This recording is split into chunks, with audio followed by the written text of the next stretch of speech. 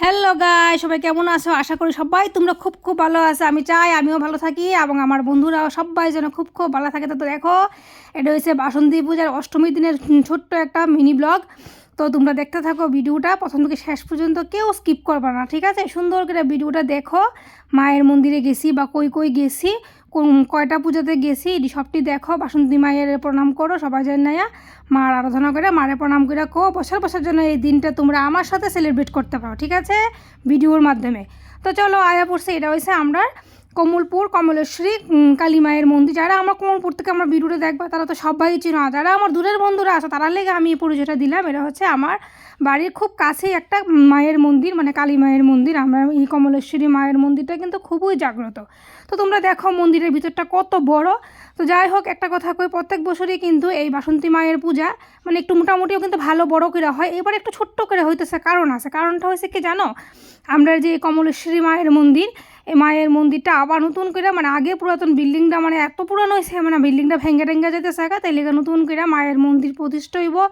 এক ভক্ত মায়ের মন্দির প্রতিষ্ঠা উপলক্ষে মার মানে মন্দির বানানোর লেগে অনেক টাকা দান করছে, তো এটা দিয়ে মায়ের মন্দির আবার নতুন করে বানানো হয়েছে। দেখো আমাদের ছোট্ট কমলেশ্বরী মা বইয়া রয়েছে।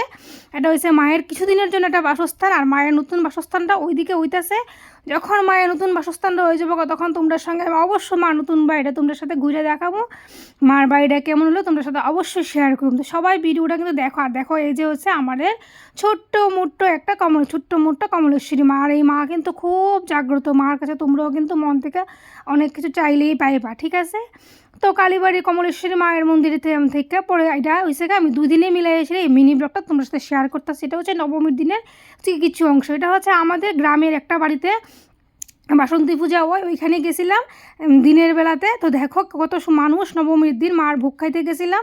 খুব খুব মজা করছি, এনজয় করছি। আমরা প্রত্যেক বছর তারার বাড়িতে আজকে প্রায় মানে 7-8 বছর যাবতীয় কন্টিনিউয়াসলি বাসন্তী মায়ের আরাধনা হইতেছে। তারা প্রতি বছরই 3 দিন একদম জাঁকজমভাবে মায়ের প্রতিমা 3 দিনই ভোগ খাওয়ানি হয়। তো আমরা তো 2 দিন যাইতে পারছি না, নবমীর দিন গেছি, মানে বিকাল টাইমে গেছি। তো দেখো তখনও কত মানুষ, আর সন্ধ্যার পরেও কিন্তু অনেক মানুষ হয়, মায়ের আরতি হয়, ঢাক দিয়ে ধুনুচি নাচটা আসে। আমরা মানে খুব অন্যবার খুব আনন্দ করতে। দেখো বইয়ে গেছে প্রসাদ খাইতে। আর ভোগের প্রসাদে আসিল সবচেয়ে সেরা জিনিস, ফল প্রসাদ তো আসিল খিচুড়ি, সাথে আসিল মিষ্টি কুমড়ি, বেগুন ভাজা, তারপরে আসিল কাবলি মটর, পনির, সয়াবিন, আলু সব কিছু দিয়ে একটা মানে 5 মিশালি, মানে কী বলবো, তরকারি পনিরের তরকারিতে খুবই প্রসাদটা খুব স্বাদ হয়েছে। মানে মা যে আইসে বোঝা গেছে, মানে মার প্রসাদ বলে কথা।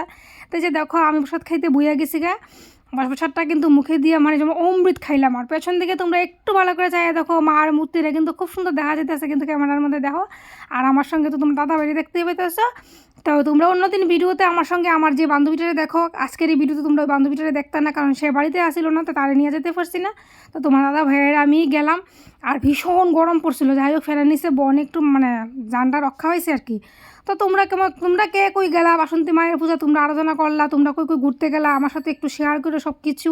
আর ভিডিওটা ছাড়তে হয় অনেকটাই লেট হয়ে গেছে, তোমরা কিচ্ছু খারাপ পাইবো না। সবাই ভিডিওটা ধৈর্য সহকারে দেখো, ভালো লাগবো অবশ্যই। আর দেখে কিন্তু আমরা কিন্তু অবশ্যই জানাইতে কিন্তু ভুলবো না। তারপরে দেখো প্রসাদ খাই আইয়া বললাম বেসিনের সামনে মুখ দিতাম। এটা হচ্ছে তারা বাড়ির পেছন থেকে। আর বেসিনটা দেখো কি সুন্দর। তোমার দাদা না এখানে আমার লোক ভাইজলে আমি করতেছে, আমি বলে দাঁড়াইতাম, দাঁড়াই বলে এখানে বেসিনটার সামনে দাঁড়াই বলে একটা ফটোশ্যুট করতাম। এটা কোনো একটা কথা? আর এখানে মানুষ হয় দাঁড়াই দিছে বেসিনের মধ্যে মুখ দিতাম, মানুষ আমরা একদম ধরে তুলবো বা আর জায়গা পাইছে না ভিডিও শ্যুট করতো, ফটোশ্যুট করতো, বেসিনের কিনারে দাঁড়াই। তারপর দাঁড়াইলাম কিতা করুম। তো এখান থেকে মুখ টুক ধুইয়া তখন বাড়ির রাস্তা ধরে এলাম। তো আর তো বাঙালিরা আমরা কিন্তু কিচ্ছু খাইলে ব্যাপার গিয়া কিন্তু একটা ফান্ডা আমরা খুঁজুমই। তো গেলাম ফান্ডার বাটার সামনে। তো গিয়া আমার একটা জিনিস হচ্ছে, আমি না পানটা খাইছি না, কিলিয়ে খাইছি না, আমার একটা আমি তো একটু পান খাই একটু জোরদা টোরদা দিয়া। তো যাই হোক এটা দিয়ে এটা পাইছি না দেখে পানটা খাইছি না। তো বিকালবেলার ভিউটা কিন্তু খুব সুন্দর, কি সুন্দর বাতাস দিতেছে গো। তো এরপর উঠে গেলাম বাইকে, আহে পড়লাম বাড়ির উদ্দেশ্যে রওনা দিলাম। তো ঠিক আছে, আজকের ভিডিওটা এই পর্যন্তই। পরে আরেকটা নেক্সট ভিডিও আইতেছে, তোমরা লক্ষ্য